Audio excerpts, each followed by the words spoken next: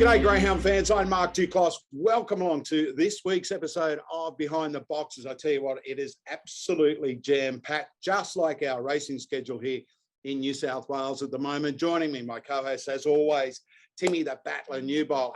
Mate, have you ever seen so many races? When I say race, so many races, so many features. I'll tell you what, I'm getting a headache doing all the form and going through all the fields with the $1 Million Chase heats kicking off this week. We've got the Ultra Sends on Friday night at Wentworth Park. And then, of course, the semis of the Golden Easter Egg and Association Cup on Saturday night, and other feature races sprinkled throughout the meetings. Yeah, it's a crackerjack week, Duke. If you're not excited about this week, the greyhound racing in New South Wales, you better check your pulse, because it's a ripper weekend. So looking forward to getting into the action. Yep, the 2022 TAB $1 Million Chase Series starts on Thursday. We're recording our program on Wednesday afternoon. Battler, so we have got heats at Casino, Gunnedah and Dapto on Thursday, Goulburn on Friday. People will look at the fields and say, oh, there's only 6 dogs in these fields. But again, they've got to understand, the congestion that we've got, because Greyhound Racing New South Wales decided, quite rightly, to run $2 Million Chase Series this year. So you can't have the cake and eat it too and whinge about, oh, there's only 6 dogs in a field, when we've got 2 $1 million races on for the year of 2022. Notwithstanding that, some very good fields have been assembled for those $1 Million Chase heats. Yeah, absolutely, Jake. It's very tricky trying to program the $1 Million Chase, before the end of the financial year. And we needed to not run into the Sandown Carnival, which is in mid-May. So there wasn't a lot of wriggle room. Yeah, we're running, the early heats of the MDC while the Golden Easter Egg Carnival is still kicking on. But it was just a damned if you do and damned if you don't situation. So you had to just slot it in where you could. Look, it's not ideal, we know that, but it gives you an opportunity, if there is only a couple of heats at these early venues, to strategically place your greyhound to get through and get the semi-final stage of Wentworth Park. So trainers should be looking at that angle and looking at it as an advantage of, if you aim up in these early heats, you might get a little easy ride through. Yeah, of course, tonight, Wednesday night, we've got Magic Maiden semi-finals and also heats of the new sensation. Let's take a quick look at Wenny on Friday night, Battler. We've got 8 heats of the listed Ultra Sense, 2 heats of the Masters Meteor Series. I just thought the best bet on Friday night, as far as the Ultra Sense heats were concerned, was Castle Warrior in race 2. Massive class drop for this greyhound. Won the Bulli Gold Cup recently and then finished 3rd in the Tamura Cup behind She's a Pearl. Yeah, he is absolutely flying. He's one of those high-speed greyhounds who will find the lead, I would imagine, in that race. He'll be awfully hard to run down in his current form. And yeah, he was outstanding, winning that Bulli Gold Cup. And he was gallant behind She's a Pearl. So yeah, the class drop, he'll be awfully hard to beat. I think he'll go around in a fairly short quote, Duke. But interesting to see the Ultra Sense this year run on its own night. In previous years, it's been run on Association Cup heat night, along with the semi-finals of the Golden Easter Egg. So normally only 4 heats of the Ultra Sense, but the racing department listened to trainers in the last couple of years. They wanted more heats, so they got their own night and served up 8 heats. So I think it was a step forward. So I think rewarded with those 8 heats and those other couple of races for the Masters on Friday night, Duke. And that compounded the fact that we had to put noms back for Wenny on Saturday night, because there's probably 32 greyhounds there that would have been eligible to race on the Saturday night. So we did have to extend noms a couple of times for Wenny on Saturday. But again, as say, Battler, what do you want? You want to be in races, or do you want to have dogs sitting at home in the kennels? 2 Masters Meteor heats. Coringa Lucy, who's just recently gone up into Masters class, looks to stand out there. Along with lots of chatter, a very, very well-performed Victorian. And then in the second heat, we've got the King of Wenny, Sunburn Highway, drawing box 1. Sunburn Highway, what can you say about him? He's just an old marvel. He just continues to aim up and notch up another victory at Wentworth Park. Coringa Lucy, yeah, she's going to be hard to beat. I actually threw something on her in the all-in market to take out the Country Classic. I think she was 30 or 40 to 1. She just couldn't quite progress through there to the final. But yeah, she'll appreciate coming back to the 500 metres and the class drop, Duke. She'll be awfully hard to beat in that opening one. Saturday night at Wentworth Park, we have 2 heats of the Group 1 Association Cup. This is an event that has been won by some superstar chasers in the past. And the burning question is, will a superstar of the future win it in 2022? 2 heats, as I said, Battler and Zipping Kansas, the boomstayer in Australia. He draws box number 6 in the first of the heats. Yeah, up against arguably the best stayer in the nation in Mapunga Ruby, who loves Wentworth Park. We've seen her here a number of times. She's returning from a tilt at the Galaxy where she was runner-up behind Mambo Manelli in the big final there. Yeah, this is a heck of a clash, isn't it? Zipping Kansas, as you mentioned, the boomstayer. Well, he's suited with a vacant box on his inside, Duke. He'll get every chance to charge over, go to the top. And then it's game on, game on. It's a mouth-watering clash. Can't wait for it on Saturday night. I'm in his corner. Look, he's just a freakish talent. And if he gets to the top and he runs the times, which we know he can, she's going to have her work cut out trying to gun him down. And Stanley Road, it was good to see him back in form, albeit that he ran second behind Super Estrella at Nowra on Saturday night. We know he got fought terribly at the Meadows a few weeks back, and obviously it dented his confidence.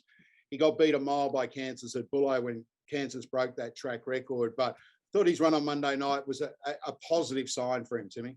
Yeah, he'll be suited by the smallish field here, and they should break up too, Duke. With Zipping Kansas coming across Mimpunga Ruby rolling forward, so they should really break up and probably run the race to suit him. But look, the jury's still out as to where he is at the moment. There's no doubt. He's nowhere near his top, but he was better on Monday night at Nowra. So, look, I think he'll qualify for the final and hopefully he can find his old form, because if he does, and does get through to the final, we're in for a ripper. Race 4 on the card is heat number 2, the second and final heat of the Group 1 Association Cup. Timmy, obviously on paper, a weaker heat than the first runoff. Super Estrella, as we just said, a very good winner at Nowra on Monday after winning in smart time at Maitland over the 565 metres. Comes up against Gypsy Wong, Hank the Hustler from Victoria, and they probably look the top 3 in that field by far. Oh, without a shadow of a doubt, Duke. They'll dominate betting. I'm in the corner of Super Estrella. I think she's ready for the rise back up to the 720 metres. I think she just carves across here. I think Hank the Hustler follows her over. Jury out on him a little too. He's like he led it at Cannington in his latest run, and he tied in the latter stages. He did find trouble in the heat of the Galaxy prior to that, but I think she's ready now. She carves across. He leads. If he follows her across, look, I don't think he can probably run her down in his current form. And where does Gypsy Wyong sit? Because, Group 1 winner taking out the Fianna Bale at the Meadows could certainly run right over the top. So, yeah, this is, not the strongest of the 2 heats, but certainly a very, very competitive one. All right, on Saturday night, we have 4 semi-finals of one of the jewels in our crown here in New South Wales. It is the Ladbrokes Golden Easter Egg.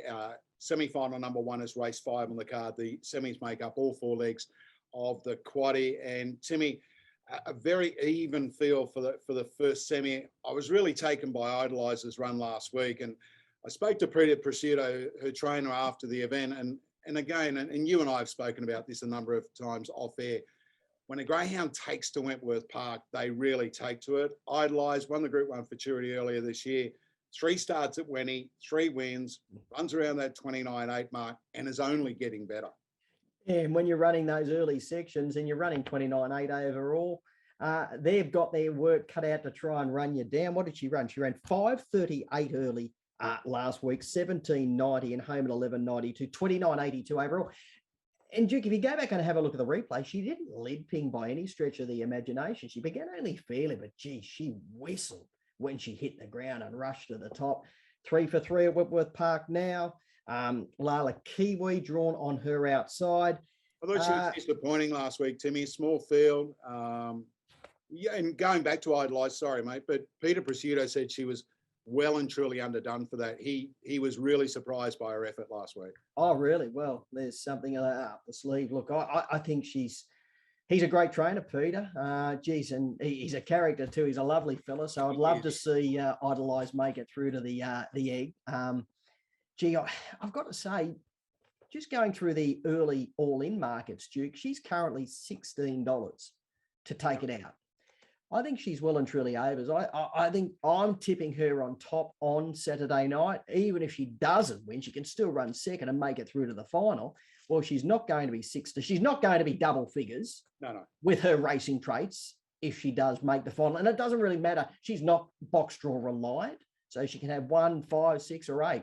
She's still going to be, hard in the market for mine. So anyone who is looking for a little bit of a play in the futures, I think Idolize at $16. I think she's a great gamble. What about analysing from box 8? To me, appears well drawn out off the track. Yeah, I like it when she's drawn wide out. I know she's a bit of a railer, but I think those high speed early, the greyhounds with the high speed in the early part, and bitches particularly, I like them when they're charging over with no pressure from the outside. So she could easily cut and run at the first turn, but she's got to really burn across. She's probably relying on Idolize to miss the jump, and in all 3 runs at Wentworth Park, she's began pretty well, only fair last week, but then when she does hit the ground, she's got that high burn. Couple of the greyhounds underneath her shouldn't really worry her. Wicked Flash and Fergie Pepper. So she's going to get every chance to cut and run, Duke, and even qualify for the big one. All right, I'm with Idolize in semi-final 1. Timmy, you're with me? Yeah, I'm Idolize. Zara's Ivan's perfectly drawn, Duke, but gee, I thought he was fairly average in his heat last week, but I think he's a better dog than that. He's a better dog, and I think he's a big improver on that performance. And I think he's drawn to qualify for the final.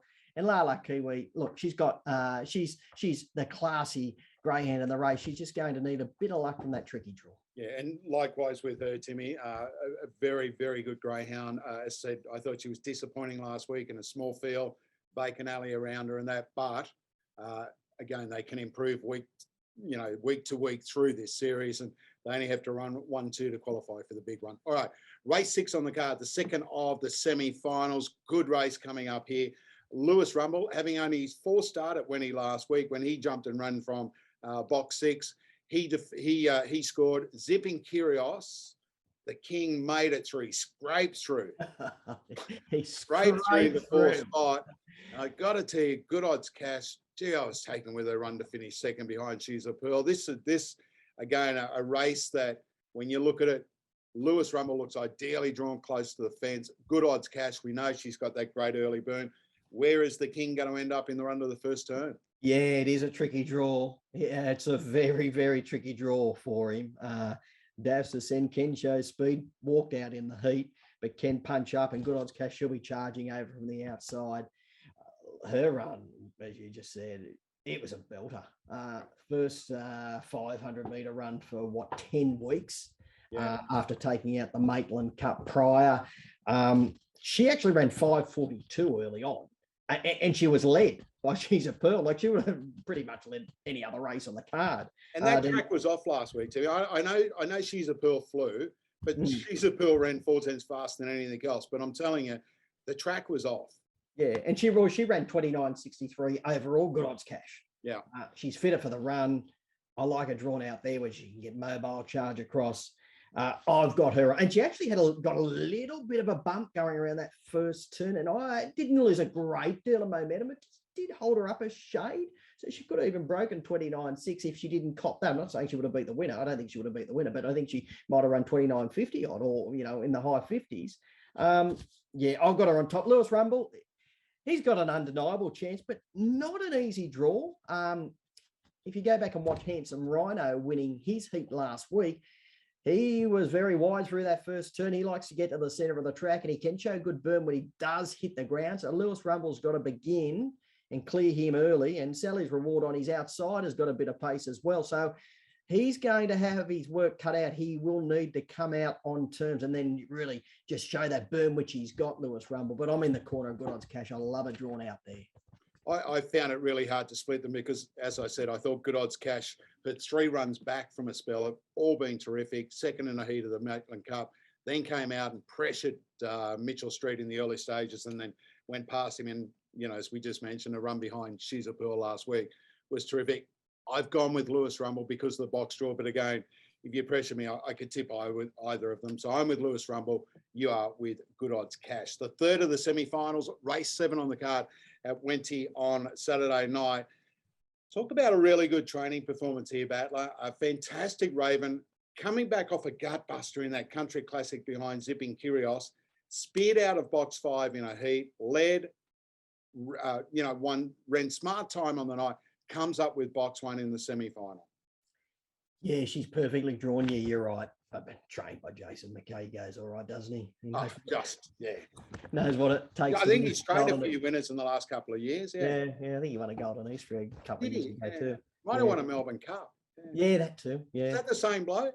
Yeah, couple of maidens at Maitland as well. She's perfectly drawn here. She's got Wow on her outside in the 2, wider runner. Our Mechanic walks out. Chase Me Honey, she's a wide runner. She's in box 4. Arctic Kingdom will want to try and get across. I don't know how he can get across with Chase Me Honey underneath. And then you got Equalizer. Mitchell Street, the other real genuine pace in the race, will be coming across. And if she can punch up, even if she doesn't lead, she could hold, and Mitchell Street crossed, she'd run him down. So without a doubt. 29.84 in the heat, ran 5.43. 17.96 and then home at 11.88. Will be better for that run after coming back from the 600. Perfectly drawn. She's got a great chance. And she's another Duke, $21 in the all-in market. Look, I know she's going to have her work cut out trying to win the final, but gee, I think she qualifies for sure. I don't think if she happened to come up with boxes 1, 2, or 3 in the final, she wouldn't be $21. So I think she's a great gamble, fantastic Raven. Just got that gun draw. And Mitchell Street, the best roughie in the race, not overly strong. We know that, but the win last week was actually better than might have appeared on paper, because I think Ken improved time-wise, because didn't really ping the lids like he normally can. So I think there's a good couple of tenths improvement there for sure. I spoke to Tommy after the race, mate, and he said the same thing. He didn't come out the way he thought he would, but again, he is suspect at that 5.20. What did you make of Wow's run behind Olay's? I think he'll be better for the run. He was gallant, but when Idolize led, I didn't think he'd run her down. You know, we know what she's capable of. He moved up strongly on the home turn, but he's not. I haven't got him down as a real strong 500-meter dog. He's a 520 leader, isn't he? Yes. He wouldn't run too many. You know, when you're getting up to top grade, there's not too many greyhounds he'd run down, you know, sitting second or third. So when she led, to me, the way I read the race, I thought, well, she'll run what she did, 29.8 or thereabouts, and she'd win the race. She just got in, but she did. He'll be better for that run. It's just a bit of a tricky draw being drawn inside, but it's maybe not that bad with our Mechanic on his outside and Chase Me Honey in the 4. So he might get that room to move. And his best part of his races from the first turn to the back straight when he lets go. Then that's where he'd have to be up tackling, whether it be Fantastic Raven or Mitchell Street at that point. He could run Mitchell Street down if he sat second behind that greyhound. But yeah, I've got to be with Fantastic Raven, Duke. Just probably the best drawn runner for the evening for mine. Yeah, I'm with you. The red box, I think, is a massive advantage. Jason Thompson, we spoke to him after Equalizer 1 off box 2 last week. Not a good draw this week in box 6, particularly with Mitchell Street coming hard left out of the box and that. But Jason said he was in two minds as to whether or not he was actually going to start the dog. He'd pulled up poor after the week before, the run before and that. So, again, he's a greyhound, ran 29.85 there. Just the boxes, again, it makes it so hard when you're in a very even race, Timmy. Yeah, Duke, I'm not sure whether it makes any difference with him, particularly in this race, because if he begins like he did in the heat, he might just dive to the inside. And if he's over on the rails at the judge, the way they're drawn here, there could be a run, because if Wow gets up the track, Chase Me Honey's up the track, if he's back on the inside, even if he's running 7th at the judge, well, all of a sudden there might be a beautiful run there for him to get through to even qualify for the race. You know, I don't think he'd be able to run down, you know, you have to get right on, you know, if Fantastic Raven, right on her heels to run him down, run her down. But look, I don't think it really matters with him as far as a box draw is concerned, particularly in this race, because as I said, he might just get a beautiful run through. Yeah, I think that, the box draw for him probably really nullifies his chance because there are so many question marks. Where's he going to end up in that? But as I said, Jason was very bullish after the race of the effort of the greyhound to win last week after he wasn't what he said, he hadn't pulled up that well. Fantastic Raven for both of us. All right, the fourth and final semi-final. Battler, how are they going to beat She's a Pearl after her run last week? As I said, track was off. She's run, 4 tenths faster than anything else, basically. Yeah, I dare say if we made her our best bet, both of us, it's a probability our only chance of getting a beat in a current form. Yeah, big 5:33, 17:69. Yep. Home at 11:78. 29:47 on a track not conducive to lightning quick times. Amazing performance.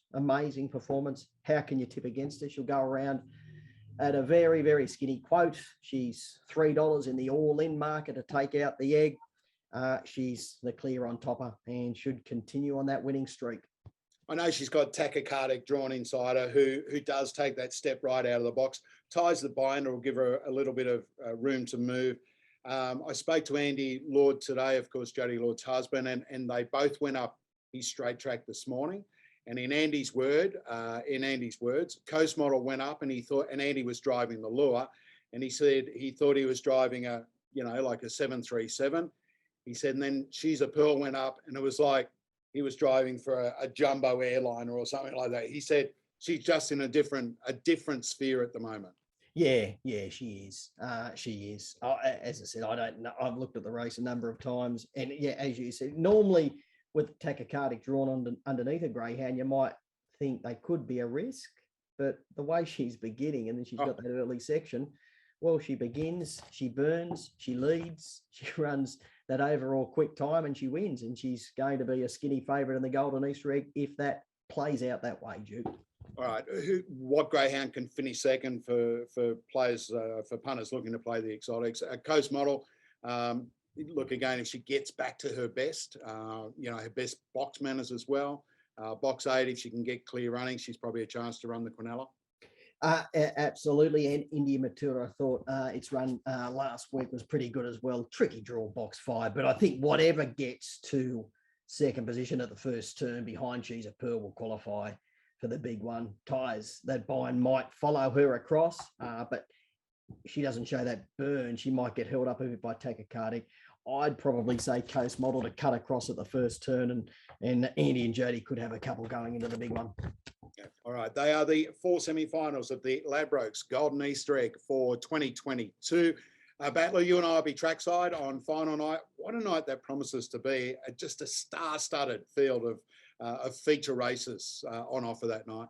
It is each and every year Golden Easter Egg night. It's one of my favourite nights of the year. Looking forward to the live coverage, Duke. We do it all again. It'll be feature race after feature race after feature race. So, it was a little bit different last year with the what happened, and we didn't have the Magic Maiden on the final night. It was run due to the meeting being put back a week and whatnot. So it'll be great to see that race back on final night. And all in all, it is just a tremendous race card. They got it right a number of years ago. I might be 8-10 years ago. I'm not sure how long ago it was when they sort of put out this particular programming of the carnival, but it hasn't changed since they did it back then. They got it right, and it's a belter of a night of racing. Yeah, I'm really looking forward to it. Listen, mate, you've got to duck off to a meeting, but it was this Sunday. We've got heats of the Broken Hill Cup, the first ever tab meeting out in the far, far west. Brown Plains is probably the best way you put it. So you go to your meeting, because I am about to speak to Ryan Edgecumbe from Broken Hill, because they are very excited about their first tab meeting coming up, and of course Broken Hill Cup on Sunday week. And they should be, and it was great to see the trainers support the heats and the card this weekend. It's a really, really strong card. I'll be tuned in, and a little birdie told me you've got a junket to Broken Hill for the No junkets, just doing my best, buddy. Sunday week, of course, after Golden Easter Egg, we're on a plane on Sunday morning out to the Silver City, and we'll be filing stories. I'm doing Broken Hill Street Talk. We've got stuff to do on track. We're doing a late mail. Tegan Gray, who they tell me is the best form judge in Broken Hill. She's doing our form for us for the dogs.com.au website. So Tegan's tips will appear this Sunday and the following Sunday. It's only a junket if you're not involved in it, Tim. Yeah, I know. Don't worry. I'm putting my hand up for next year. Enjoy talking to Regan. He's a champion fella, and he's a damn good operator, Regan. So I'll be tuning in later on to watch the interview. That was Timmy Newbold, and as I mentioned, we have our first ever tab meeting to be staged at the Silver City, Broken Hill, this Sunday. Joining us is the club president, Regan Edgecumbe. Regan, it must be a huge buzz for you out in outback west of New South Wales, mate. Tell us what's the vibe around the town. Oh, it's fantastic, mate. Look, ever since we knew we were getting these tab meets coming up, everybody's buzzing. Everybody's reinvigorated to commit themselves to this wonderful industry. So for those who don't know, Broken Hill, of course, one of our famous cities in New South Wales and Australia. It's about 1,100 kilometres west of Sydney, around about a 13 or 14-hour drive. It's famous for obviously the silver mines, but also Mad Max 2, Pro Hart, painted a lot of his features out there. Tell us, mate, as far as greyhound racing is concerned in the area, how many local trainers are based in Broken Hill, Regan? So we've got about 14 at the moment. Numbers used to be larger. The ageing factor is our biggest problem out here. But look, we've still got a few new participants that have joined over the last couple of years. So it's great to see some new blood at the track. But we're ticking along very nicely. As I mentioned, our first ever tab meeting to be held at Broken Hill this Sunday. We've got heats of the Home Timber and Hardware Broken Hill Cup. That's over the 525 metres. 3 of those. We've also got 3 heats of the Sports Bet richest outback maiden series. It's over the 375 metres. You guys and Greyhound Racing New South Wales have been able to facilitate a great sponsorship deal with Sportsbet, of course, one of our valued partners. Yeah, look, fantastic effort by the team at Greyhound Racing New South Wales. Look, they've really thrown their hat into the ring to support us 100%, and fantastic from Sportsbet, chipping in as well. It's just a great effort for out here. As I said, it's created another buzz. The buzz is probably a little bit bigger than the cup, to be honest, because everybody's gone, wow, 5,000 for a maiden out in Broken Hill. So it's a fantastic result, and hats off to the boys. It's in Sydney because they've done all the hard yard and made sure they got everything done up. And of course, mate, with the final of the Broken Hill Cup, it comes on Sunday week, the day after our Golden Easter Egg final here at Wentworth Park. And the similarities between both the Easter Egg and also the Broken Hill Cup, the winner of both of those series gets automatic entry into the semi-finals of the $1 Million Chase. Yeah, what a golden ticket, eh? We feel a little bit like Willy Wonka in the chocolate factory, mate. But yeah, no, it was a great incentive for Sydney to support. That's how much they've supported us. So again, the buzz around that's going to be awesome. We've got some classy dogs coming from Adelaide, trainers coming up from Victoria. And then, our locals going around as well. Hey, Regan, for the punters, what sort of a dog does it take to win at Broken Hill? Is it a leader's track? Can a dog from back in the field come home hard and win? Our track is very similar to the Cranbourne track. Unfortunately, not racing at the moment. But look, our front runners are normally favourites. I think at our club here, our 375 starts on a bend. So they've got to jump and be out early. And our 500, again, nice long 80 metre straight before you get to the first bend. So the front runners that can run home are probably normally the better dogs here. You didn't hear, but Timmy Newbold gave me up and said, I'm heading out to Broken Hill on Cup night. What have you got planned out there? Because there's a couple of us that have somehow managed to find a flight to the Silver City on Cup night, mate. Oh, awesome. Look, we're just going to have a good old-fashioned country race meet, bit of live music, bit of, hopefully there might be some dancing at the end of the night with whoever picks up that golden ticket. So, look, we're just looking forward to having back to grassroots racing for us, mate. That's all it is out here. So, nice big bar, open outdoor area. So, yeah, just good country racing. I'm looking forward to getting all the official duties out of the way, mate, and then settle back with the locals and enjoy a terrific night. As said before, Regan, well done to you and the club, mate. I know that you guys are really passionate about your greyhound racing out there. For so long, I guess we don't forget about you, but it's so far out from New South Wales that from the Sydney CBD, I should say, that people sort of go, Broken Hill they still race out there. But as I said, I know how passionate you guys are, mate. Yeah, but we're definitely passionate, mate. I've got trainers here that have been training at this club for the last 48 years and prior to that at other clubs as well. So it's definitely an enriched club of personalities, that's for certain. Well done. Hey, mate, good luck with the heats of the Cup this Sunday. And I really look forward to getting out there on Sunday week for Cup night. All right, thanks, boys. Thanks very much for the support. And it promises to be a huge couple of weeks there in the Silver City at Broken Hill. Their first ever TAB meeting to be staged this Sunday, and of course the final of the Broken Hill Cup on Sunday week. Likewise here in Sydney Town, semi-finals of the Easter Egg and the Association Cup on Saturday night. I'll be back next week with Timmy Newbold. We'll preview all those feature races to be staged at Wenty, but until then, good luck, good punting. I'm Mark Duclos. I'll see you then.